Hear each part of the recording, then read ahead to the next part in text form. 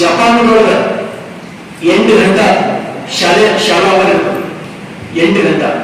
ನೀವು ಬೇಕಾದ್ರೆ ಈ ಮೀಟಿಂಗ್ ಮುಗಿದ ಗೂಗಲ್ ಮಾಡಿ ನೋಡ್ರಿ. ಜಪಾನ್ ಮಕ್ಕಳಿಗೆ ಬೆಳಗ್ಗೆ ಸ್ಕೂಲ್ ಪ್ರಾರಂಭ ಆಯ್ತಂದ್ರ 8 ಗಂಟೆ ಒಳಗೆ 5 ಗಂಟೆ ಬರೀ ಆಟ ಆಡಿಸ್ತಾರ. 3 ಗಂಟೆ ಅಷ್ಟೇ ಪಾಠ ಮಾಡ್ತಾರೆ.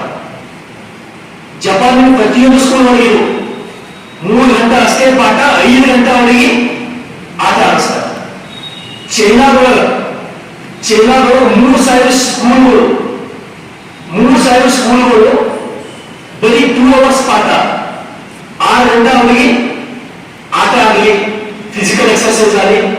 3,000 ಸ್ಕೂಲ್ಗಳು ಬರೀ 2 ಸಲ ಕೆಲಸ ಮಾಡತ್ತಪ್ಪ ಅಂದ್ರೆ ಬರೀ ಅವರು ಒಲಿಂಪಿಕ್ ತಯಾರಿಸಲಿಕ್ಕೆ 3,000 ಶಾಲೆಗಳು ಮಾಡಬೇಕು. ಅವ್ರು ಒಂದೇ ಗುರಿ ಏನಪ್ಪಾ ಅಂದ್ರೆ 3,000 ಶಾಲೆಗಳ ಕಾನ್ಸೆಪ್ಟ್ ಏನಂದ್ರ ಅಮೆರಿಕಾದಿಂದ ನಮ್ಮ ಗೋಲ್ಡ್ ಮೆಡಲ್ ಜಾಸ್ತಿ